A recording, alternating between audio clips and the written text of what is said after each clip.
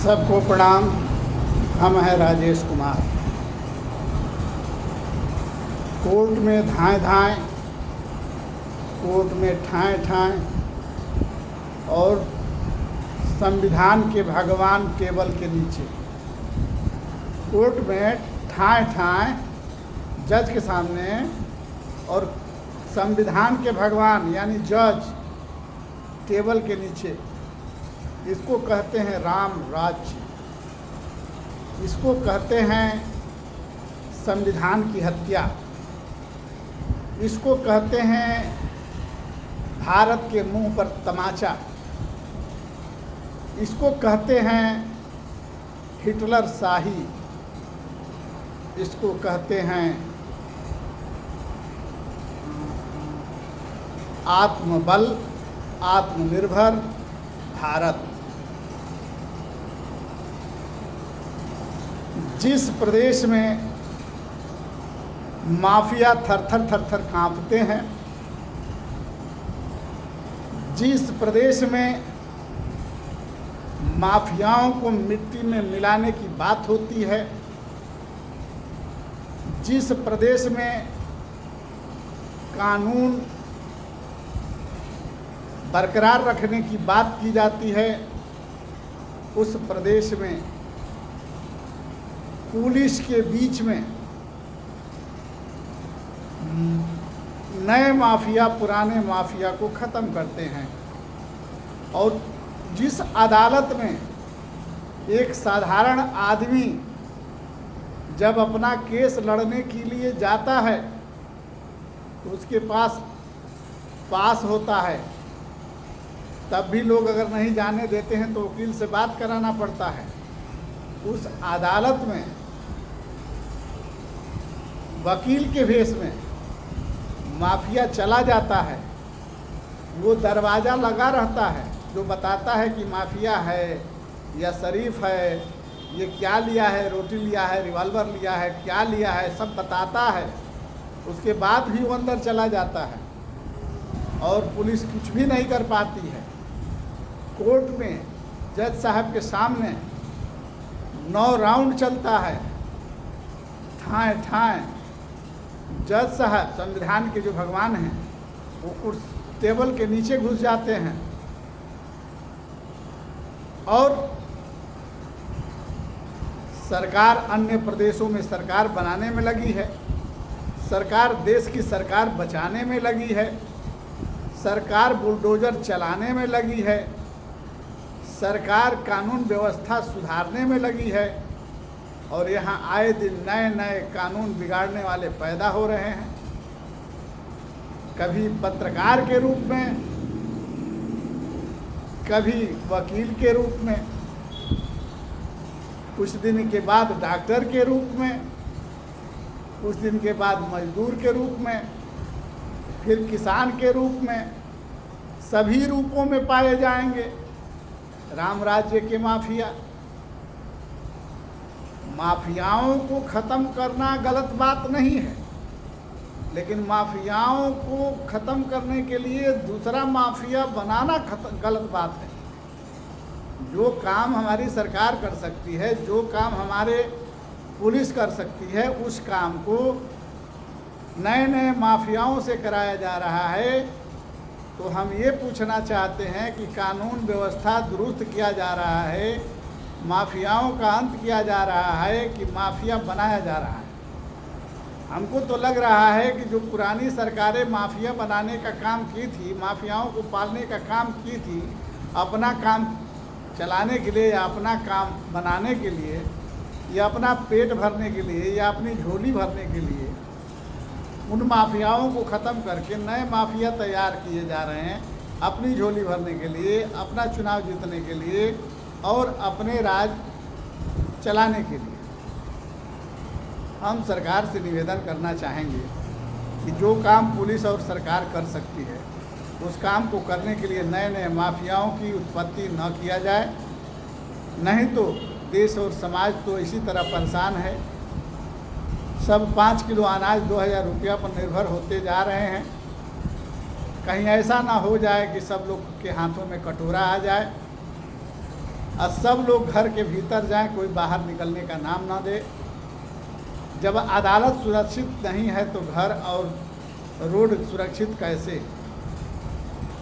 जहां 12 बजे रात को लड़कियां पूरा गहना पहनकर स्कूटी से इस घर से उस घर चली जाती हैं, पूरा बाजार घूम कर आ जाती हैं, जिला घूम कर आ जाती हैं, कोई गुंडा चू तक नहीं बोलता है। उसी प्रदेश में जज साहब के सामने पुलिस कस्टडी में एक गुनहगार को एक वकील मार देता है। वह वकील है कि माफिया है, ये तो सरकार सिद्ध करेगी, कानून सिद्ध करेगा। लेकिन कानून ही जब जिंदा नहीं है तो कौन सिद्ध करेगा? जब आत्मा ही मर चुकी है, जब विवेक ही खत्म हो चुका है, जब संविधान ही खत्म हो चुका है, जब संविधान की ही हत्या हो चुकी है,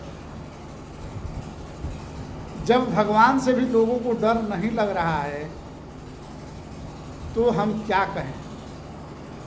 अब तो इसको कि तो मनमानी कहें, कि तो अराजकता कहें, कि तो ये हिटलर शाही कहें। इसमें किसको दोषी बना जाए?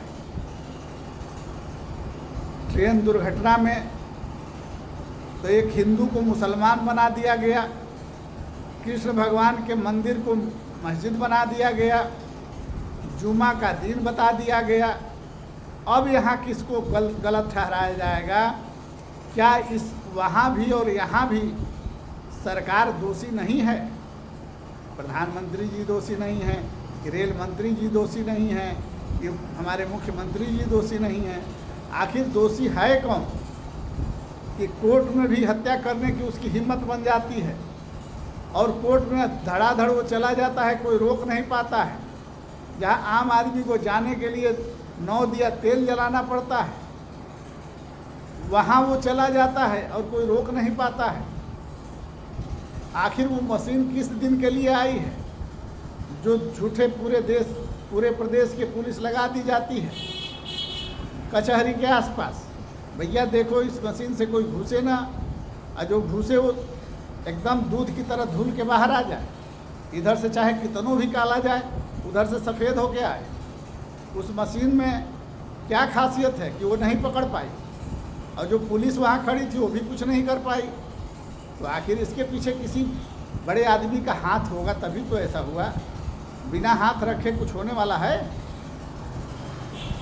तेरी मर्जी के बिना हे प्रभु मंगल मूल, पत्ता तक हिलता नहीं, खिले न एको फूल। हमारे प्रदेश के राजा हैं माननीय योगी आदित्यनाथ भाई जी, और हमारे देश के प्रधानमंत्री हैं माननीय मोदी जी। और ये हमारे भारत के लोग भगवान हैं। ये प्रदेश के भगवान हैं, वो भारत के भगवान हैं। और भगवान के बिना मर्जी का जब एक पत्ता तक नहीं हिल सकता है, तो इतने बड़े बड़े माफिया कैसे घुस जा रहे हैं और कांड करके चले आ रहे हैं? इस पर तो विचार करना ही होगा कि भगवान के सामने भी अगर गुनाह हो रहा है तो गुनाह कराने वाला कौन है और गुनाह करने वाला कौन है? यह काम तो पुलिस भी कर सकती थी, सरकार भी कर सकती थी। कोर्ट करे ना करे, मान लेते हैं कोर्ट असफल है, मान लेते हैं संविधान असफल है कानून व्यवस्था को दुरुस्त करने में या कानून व्यवस्था बनाने में, या जज साहब भी डर के मारे फैसले सही नहीं दे पाते हैं, गलत फैसले कर जाते हैं, सही फैसले कभी नहीं करते हैं। हम तो जानते हैं कि गीता की कसम खाने के बाद न कभी कोई सत्य नहीं बोला है, और गीता की कसम खाने के बाद सत्य बोलने वाले की सत्य जो नहीं बोला है उसी के बात पर जज साहब फैसला दे देते हैं। तो न्याय तो होता नहीं है। अन्याय करने वाला बाहर रहता है, न्याय करने वाला अंदर रहता है। तो इसको सुधारने की बात थी। हम लोग सरकार लाए थे कि इसको सुधारा जाए, कि कानून व्यवस्था सुधरे, यथाशीघ्र न्याय मिले, जज साहब पैसा लेकर काम न करें, धर्म का काम करें, सत्य का काम करें, सनातन का काम करें, प्रभु श्री राम के कदम पर चलें। लेकिन ऐसा हो रहा है क्या? ऐसा लग रहा है क्या? ऐसा संभव है क्या? हमको तो नहीं लग रहा है। अब तो बिल्कुल नहीं लग रहा है। 9 वर्ष में जब सुधार नहीं हुआ तो अब तो हमको विश्वास नहीं है। पहले विश्वास था लेकिन अब नहीं है। जब जज साहब भी टेबल के नीचे हों और उनके सामने ठाएँ ठाएँ हो रहा हो, पुलिस खड़ी हो और कोई कुछ नहीं कर पा रहा हो, तो माफियाओं के सामने भगवान भी तो नतमस्तक हुए। जज साहब जब टेबल के नीचे गए तो उनके सामने झुक तो गए, नतमस्तक तो हो गए, डर तो गए, कांप तो गए, हिल तो गए। फैसला अब क्या देंगे? अब कई वर्षों तक फैसला की तो नहीं देंगे, कि तो रिजाइन दे के घर जाएंगे, राजनीति करेंगे कि हम भले भैया विधायक मंत्री हो जाएंगे तो हम सेफ हैं, जज बनने में हम सेफ हो पाए हुए नहीं। अब विधायक मंत्री बन जाएंगे, कितनों मर्डर करेंगे, कितनों गलत काम करेंगे तो हमको कोई मारेगा नहीं, हम 10 गुंडा खुदे पाल लेंगे। और अगर जज रहेंगे और फैसला गलत करेंगे तो वो मार दिए जाएंगे, और सही करेंगे तो वो मार दिए जाएंगे। इससे अच्छा कि भैया नौकरी छोड़ो। जज की नौकरी अब कोई करना ही नहीं चाहेगा। धीरे धीरे पुलिस भी डिमोलाइज होती जा रही है, एसपी डीएम भी डिमोलाइज होते जा रहे हैं, क्योंकि सरकार के आगे पीछे नाचते नाचते लोग थक चुके हैं। और उसी तरह से जज भी अब सरकार के आगे पीछे नाचते नाचते थक जाएगी। अब माफियाओं के डर से अब कोई काम करना चाहेगा नहीं, तो ये सारी संस्थाएं फिर प्राइवेट हो जाएंगी और प्राइवेट लोगों को रखा जाएगा। ज़्यादा कुछ नहीं कहेंगे, बहुत ऐसे लोग हैं जिनको बुरा लगेगा, लेकिन हम क्षमा चाहते हैं अगर गलती कोई हुई है तो। लेकिन दिल पर हाथ रख के कहिए कि जब कोर्ट नहीं सुरक्षित है, जब जज साहब नहीं सुरक्षित है, तो हम और आप कैसे हैं। जय हिंद, जय भारत, जय सर्व समाज।